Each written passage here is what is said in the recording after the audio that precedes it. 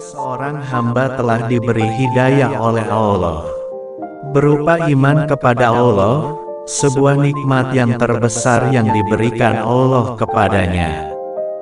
Oleh karena itu, sepatutnya seorang hamba senantiasa mensyukuri nikmat Allah berupa hidayah tersebut.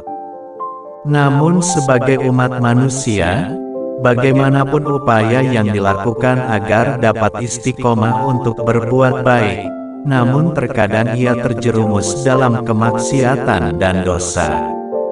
Karena Allah ketika menakdirkan dan menetapkan adanya kemaksiatan adalah memiliki hikmah, dan diantara hikmah yang besar untuk Allah menampakkan sifatnya. Karena diantara sifat-sifat Allah, Allah adalah Zat Maha Pengampun, Zat Maha Pemaaf, dan Zat yang senang tatkala hamba-hambanya kembali dan bertobat kepadanya. Terjerumusnya seorang dalam dosa dan kesalahan merupakan sesuatu yang telah diberitahukan oleh Nabi Muhammad. Dalam hadis beliau riwayat Ibnu Majah, kata beliau, Nabi Muhammad, setiap anak Adam pasti berbuat kesalahan, berbuat dosa, dan sebaik-baiknya orang yang berbuat dosa adalah orang-orang yang bertaubat dan kembali kepada Allah. Dan dalam Al-Quran Allah telah menyebutkan dan mengatakan kepada hamba-hambanya yang berbuat dosa agar tidak putus asa dalam rahmat Allah.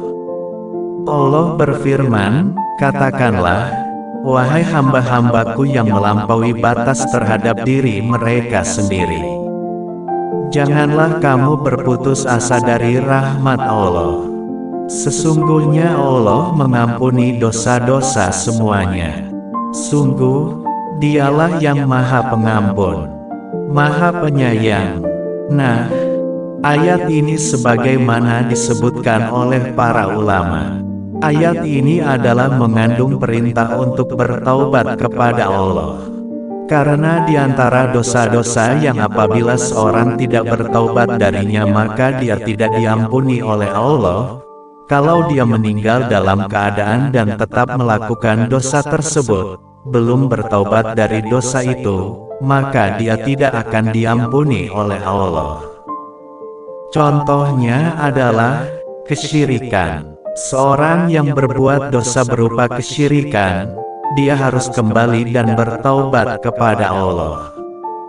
Nah, yang terpenting dari apa yang kita simak, ketika mengetahui bahwasannya manusia terjerumus dalam dosa dan sebaik-baik orang yang berbuat dosa adalah kembali kepada Allah dan banyak bertaubat kepada Allah. Maka kewajiban seorang hamba yang mana ia tidak luput dari dosa dan kemaksiatan ajaklah ia kembali kepada Allah, melakukan kebaikan, mengadakan perbuatan yang baik sesudah dia berbuat keburukan. Para ulama menyebutkan, melakukan perbuatan yang baik setelah melakukan perbuatan yang buruk.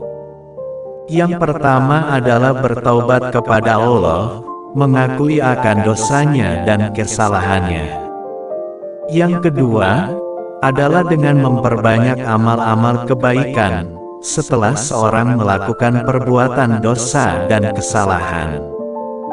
Dan ada sebuah hadis Nabi Muhammad, yang mana hadis ini tentu mendorong seseorang untuk senantiasa bertobat dan kembali kepada Allah serta melakukan amal-amal kebaikan setelah ia melakukan suatu perbuatan dosa, suatu kemaksiatan atau suatu kesalahan.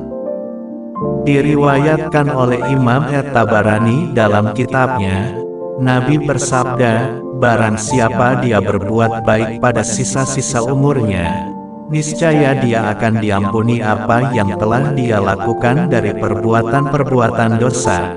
Kemudian kata Nabi, dan barang siapa ia tetap berbuat buruk pada sisa-sisa umurnya, maka ia akan diberi sanksi dari dosanya yang terdahulu maupun yang kemudian. Nah, hadis ini, apabila seorang merenungkannya, betapa Allah memiliki rahmat dan ampunan yang besar kepada hamba-hambanya. Maka Nabi Muhammad mengarahkan kepada hamba Allah, kepada umatnya agar dia memanfaatkan umurnya atau sisa-sisa umurnya untuk melakukan perbuatan-perbuatan yang baik. Maka perbuatan-perbuatan baik yang dilakukan di akhir hayat kehidupannya akan menghapus dosa-dosa yang terdahulu. Ia akan diampuni oleh Allah dari dosa-dosa yang terdahulu. Tetapi barang siapa ia terus berbuat jelek dan berbuat maksiat di akhir kehidupannya, maka kata Nabi Muhammad, ia akan diberi sanksi oleh Allah terhadap dosa-dosa yang terdahulu dan yang dilakukan di akhir-akhir kehidupannya.